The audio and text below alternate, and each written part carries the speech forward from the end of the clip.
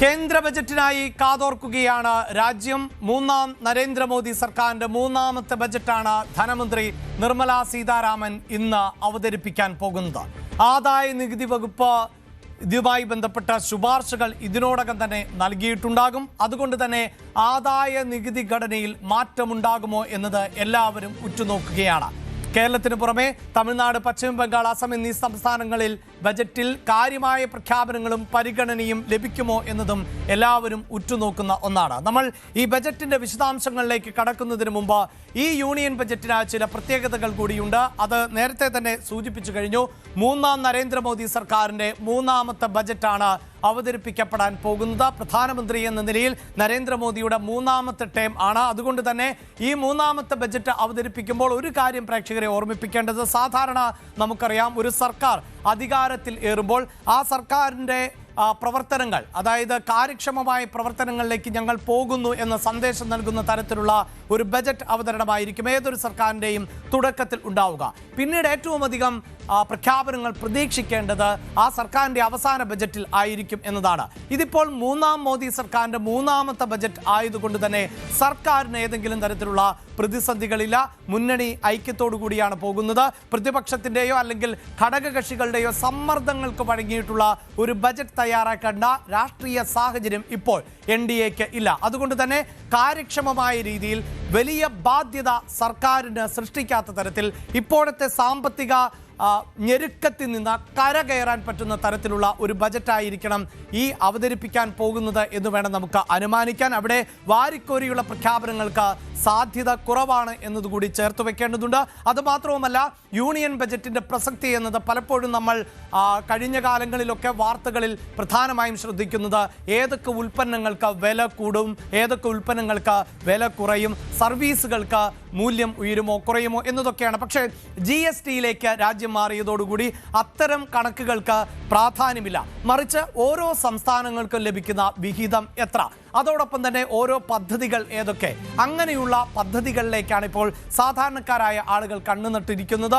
ഒപ്പം ഒരു പ്രധാനപ്പെട്ട പ്രഖ്യാപനം എന്നത് നികുതി ഘടനയിൽ ഉണ്ടാകുന്ന മാറ്റങ്ങൾ ഒക്കെയാണ്. ആ നികുതി ഘടനയിൽ ഉണ്ടാകുന്ന മാറ്റം ജനങ്ങളെ നേരിട്ട് ബാധിക്കുന്നതാണ് എന്നതാണ്. ഇപ്പോഴിതാ ഈ ബജറ്റ് അവതരണത്തിന് തയ്യാറെടുക്കുകയാണ് ധനമന്ത്രി. ഇനി അല്പം ചില സാങ്കേതിക നടപടിക്രമങ്ങൾ കൂടി പൂർത്തിയാക്കേണ്ടതുണ്ട്. ആ നടപടിക്രമങ്ങൾ കൂടി പൂർത്തിയാക്കി 11 മണിയോടുകൂടിയാണ് ബജറ്റ് അവതരിപ്പിക്കാൻ പോകുന്നത് ധനമന്ത്രി എന്നതാണ്. നമുക്ക് എന്താണ് ഈ ബജറ്റിന്റെ പ്രത്യേകത എന്ന വിശദാംശങ്ങളിലേക്ക് പോകുമ്പോൾ അതിൽ എടുത്തു പറയേണ്ടത്, ഇപ്പോൾ അതായത് മോദി സർക്കാരിന്റെ കേന്ദ്ര ബജറ്റ് അവതരിപ്പിക്കുമ്പോൾ ഇന്ന് ഞായറാഴ്ച എന്ന പ്രത്യേകത തന്നെയാണ്. ചരിത്രത്തിൽ ആദ്യമായി അങ്ങനെ ഒരു ഞായറാഴ്ച ബജറ്റ് അവതരിപ്പിക്കാൻ പോകുന്നു എന്നതാണ്. ഞായറാഴ്ച പൊതുവെ അവധി ദിവസമാണ്, വിപണികൾ അവധിയുള്ള ദിവസമാണ് എന്നതൊക്കെ നമുക്കറിയാം. പക്ഷേ മോദി സർക്കാർ അധികാരത്തിലേറിയതിനു ശേഷമാണ് ഈ ഫെബ്രുവരി 1 ബജറ്റ് അവതരിപ്പിക്കുക എന്ന നിലയിലേക്ക് തീയതി മാറ്റിയത്. അങ്ങനെ തീയതി മാറ്റിയതിൻ്റെ അടിസ്ഥാനത്തിലാണ് ഇപ്പോൾ ഈ ഞായറാഴ്ച ദിവസം ബജറ്റ് വരുന്നത്. ചില സംശയങ്ങളുണ്ടായിരുന്നു, ഞായറാഴ്ച ആയതുകൊണ്ട് തീയതി മാറുമോ എന്ന്. പക്ഷേ അങ്ങനെ മാറ്റേണ്ടതില്ല എന്ന് കേന്ദ്ര സർക്കാർ സ്വീകരിക്കുന്നു. ഇന്ന് വിപണികൾ തുറന്നു പ്രവർത്തിക്കുന്നു എന്ന സവിശേഷത കൂടിയുണ്ട്. അങ്ങനെ കേന്ദ്ര ബജറ്റ് ഞായറാഴ്ച അവതരിപ്പിക്കുന്നു എന്ന പുതുമ ഇത്തവണ ഉണ്ട് എന്നതാണ്. മറ്റൊന്ന്, ഞാൻ സൂചിപ്പിച്ചതുപോലെ നരേന്ദ്രമോദി സർക്കാരിൻ്റെ മൂന്നാമത്തെ ബജറ്റ് ആണ് എന്നതാണ്. അതിനൊക്കെ അപ്പുറത്ത് നമ്മുടെ ധനമന്ത്രി എന്നത് ഒരു വനിതയാണ് എന്നത് നമുക്ക് അഭിമാനമാണ്. അതോടൊപ്പം ഇതേ ധനമന്ത്രി തന്നെ അവതരിപ്പിക്കുന്ന 9ാമത്തെ ബജറ്റ് എന്നത് എടുത്തു പറയേണ്ടതാണ്. 7 സമ്പൂർണ്ണ ബജറ്റുകളും ഒരു ഇടക്കാല ബജറ്റും ഇതിനോടകം തന്നെ ധനമന്ത്രി നിർമ്മല സീതാരാമൻ അവതരിപ്പിച്ചു കഴിഞ്ഞതാണ്. നിലവിൽ ഈ ബജറ്റ് അവതരണത്തിൽ P ചിദംബരത്തിനോടൊപ്പം എത്തുന്നു ധനമന്ത്രി എന്നതും എടുത്തു പറയേണ്ടതാണ്. ഒപ്പം മൊറാർജി ദേശായിയാണ് രാജ്യത്ത് ഏറ്റവും കൂടുതൽ ബജറ്റ് അവതരിപ്പിച്ചത്. അത് 10 ബജറ്റാണ്. ഒരുപക്ഷെ അടുത്ത തവണ ധനമന്ത്രിയായി നിർമ്മല സീതാരാമൻ ബജറ്റ് അവതരിപ്പിക്കുമ്പോൾ ആ റെക്കോർഡിലേക്ക് കൂടി എത്തുന്ന ഒരു സാഹചര്യമുണ്ട്. ഇവിടെ ഒരു കാര്യം കൂടി സൂചിപ്പിക്കേണ്ടത്, തുടർച്ചയായി 9 തവണ ബജറ്റ് അവതരിപ്പിക്കുന്നു ധനമന്ത്രി നിർമ്മല സീതാരാമൻ എന്ന സവിശേഷത കൂടിയാണുള്ളത്. ഇങ്ങനെ ഒട്ടേറെ പ്രത്യേകതകൾ ഉള്ള ഒരു ബജറ്റാണ് അവതരിപ്പിക്കാൻ പോകുന്നത്. ഈ ബജറ്റിന്റെ വിശദാംശങ്ങളുമായി ന്യൂസ് ഡെസ്കിൽ നിന്ന് TG സജിത്താണ് ചേരുന്നത്. നമുക്ക് കേരളത്തിന്റെ ആവശ്യങ്ങൾ എന്തൊക്കെ എന്നത് വിശദമായി പരിഗണിക്കേണ്ടതുണ്ട്. ഇനി അല്പസമയം മാത്രമാണ് ശേഷിക്കുന്നത്. ബജറ്റിന്റെ നടപടിക്രമങ്ങളിലേക്ക് ഇപ്പോൾ തന്നെ കടന്നു. അത് രാവിലെ ആരംഭിക്കുന്ന, അതായത് ദിവസങ്ങളോളം ധനകാര്യ മന്ത്രാലയത്തിലെ ഉന്നത ഉദ്യോഗസ്ഥർ ഉൾപ്പെടെ തയ്യാറാക്കുന്ന ഡേറ്റകളുടെ അടിസ്ഥാനത്തിൽ ധനകാര്യ കമ്മീഷന്റെ ശുപാർശകളുടെ അടിസ്ഥാനത്തിലൊക്കെ തയ്യാറാക്കുന്ന ഒരു ബജറ്റ് അവതരിപ്പിക്കാൻ പോവുകയാണ്. അതിന്റെ സാങ്കേതിക നടപടിക്രമങ്ങൾ ഏതുവരെയായി എന്ന് പരിശോധിക്കാം. സജിത്ത്, എന്തായി? ബജറ്റിനെ ഇപ്പോൾ അവതരിപ്പിക്കാൻ ഏതാണ്ട് 45 മിനിറ്റുകൾ മാത്രമാണ് ശേഷിക്കുന്നത്.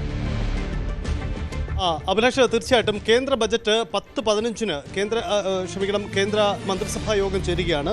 മന്ത്രിസഭാ യോഗത്തിൻ്റെ അനുമതി എന്ന സാങ്കേതിക കടമ്പയാണ് ഇനി കടക്കാനുള്ളത്. അതിനുശേഷം ബജറ്റ് അവതരണം 11 മണിക്ക്.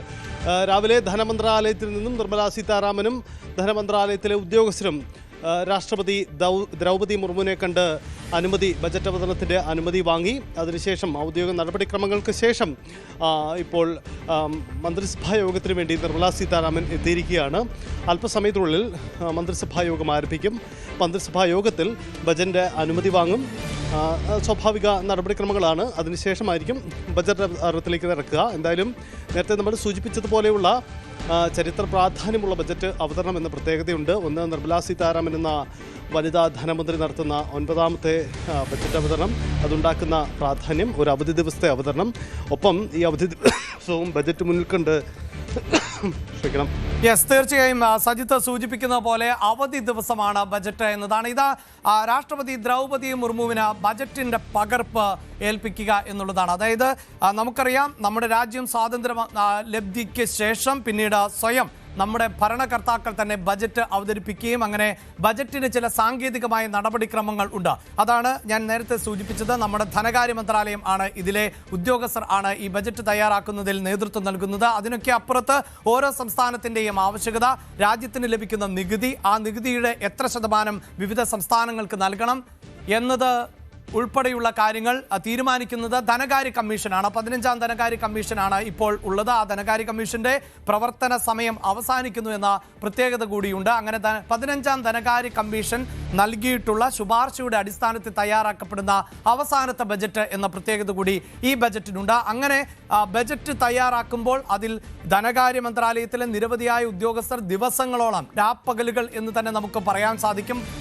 അധ്വാനിക്കുന്നു. അവർക്ക് പിന്നീട് ഹൽവ വിതരണം എന്ന ഒരു ചടങ്ങ്, അതായത് ഈ ബജറ്റിന് പിന്നിൽ പ്രവർത്തിച്ച ആളുകൾക്ക് മധുരം നൽകുക എന്ന ഒരു ചടങ്ങുണ്ട്. അതിനുശേഷം പിന്നീട് ഈ ബജറ്റിന്റെ കോപ്പി, നേരത്തെ നമുക്കറിയാം പ്രിന്റ് ചെയ്ത കോപ്പികൾ ആയിരുന്നുവെങ്കിൽ ഇപ്പോൾ നമ്മൾ ഡിജിറ്റൽ യുഗത്തിൽ ആണ്. അതുകൊണ്ട് തന്നെ ബജറ്റ് പേപ്പർ ബജറ്റ് അല്ല, ഡിജിറ്റൽ ബജറ്റാണ്. അപ്പോൾ അതിൻ്റെ കോപ്പിയാണ് രാഷ്ട്രപതിക്ക് നൽകുന്നത്. അതിനുശേഷം പിന്നീട് ക്യാബിനറ്റ് ഇത് അംഗീകരിക്കുന്ന സാഹചര്യം, അതായത് ക്യാബിനറ്റ് ഈ ബജറ്റ് അപ്രൂവ് ചെയ്യണം. ഇത് അവതരിപ്പിക്കാനും ധനമന്ത്രിക്ക് അനുമതി നൽകുന്ന നടപടിക്രമങ്ങളാണ്. അതൊക്കെ സാങ്കേതികമായ നടപടിക്രമങ്ങളാണ്. ആ നടപടിക്രമങ്ങളാണ് ഇപ്പോൾ പുരോഗമിച്ചുകൊണ്ടിരിക്കുന്നത്. ആ നടപടിക്രമങ്ങളും ഏതാണ്ട് അവസാനിക്കുകയാണല്ലേ സജിത്ത്? യെസ്, ആ നടപടിക്രമങ്ങൾ അവസാന ഘട്ടത്തിലാണ്. ഇനി മന്ത്രിസഭാ യോഗം ആരംഭിക്കുകയാണ് അടുത്ത നടപടി. അതിനുശേഷം ബജറ്റ് അവതരണത്തിലേക്ക് കടക്കും. എന്തായാലും വലിയ ഒരുക്കങ്ങൾ, വലിയ പ്രതീക്ഷകളുണ്ട്. അഭിലാഷ് നേരത്തെ സൂചിപ്പിച്ചതുപോലെ ധനകാര്യ കമ്മീഷന്റെ റിപ്പോർട്ട്, ആ റിപ്പോർട്ടിന്റെ അടിസ്ഥാനത്തിലുള്ള സാമ്പത്തിക അവലോകന റിപ്പോർട്ട്, എക്കണോമിക് സർവേ റിപ്പോർട്ട് കൂടുതൽ വാർത്തകൾക്ക് News 18 Keralam YouTube channel subscribe ചെയ്യുക.